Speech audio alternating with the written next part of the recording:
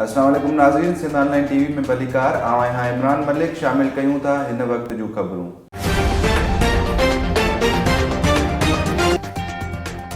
नाज़रीन, सगियूं में जस्कम के मरकज़ी अगवान फ़कीर इमदाद मंगी की मिल्कियत के कब्ज़े खिलाफ़ जस्कम पारां एहतजाजी मुज़ाहिरो करे बुख हड़ताल कई वई। वधीक तफ़सील ॾिसंदासीं सिंध ऑनलाइन टीवी के रिपोर्टर रहीम सोलंकी जी हिन रिपोर्ट में। अॼु निहायत अफ़सोस सां चवणो थो पए त असां जेके साईं जीएमसेद जा फॉलोअर आहियूं, क़ौमी तहरीक जा कारकुन आहियूं, अॼु असां पंहिंजे ज़ाती मोरोसी मिल्कियत हासिलु करण जे लाइ अॼु ही धरणो आयो आहे।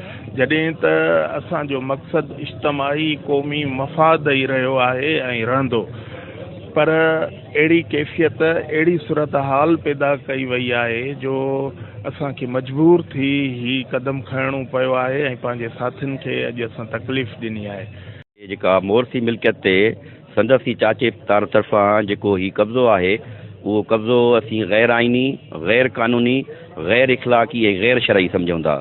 खान कुरैशी जे हुर फ़कीर इमदाद मंगी जी मोरसी ज़मीन ते कब्ज़े ख़िलाफ़ आहे। ही सॼी सिंध खां क़ौमी कारकुन गॾु थी फ़कीर इमदाद मंगी खे इहो यकीन ॾियारियो आहे त ही साईं जीएमसेद जा पैरोकार शहीद बशीर ख़ान जा कुरैशी जा कारकुन असां सभु तोसां गॾु आहियूं। जेसीं ताईं मोरसी मिल्कियत जो हिसो कानूनी मूजिबि फ़कीर इमदाद खे नथो मिले, तेसीं ताईं असांजी जिदोजहद जारी रहंदी। वधीक खबरुनि ऐं अपडेट्स जे लाइ ॾिसंदा रहो सिंध ऑनलाइन टीवी।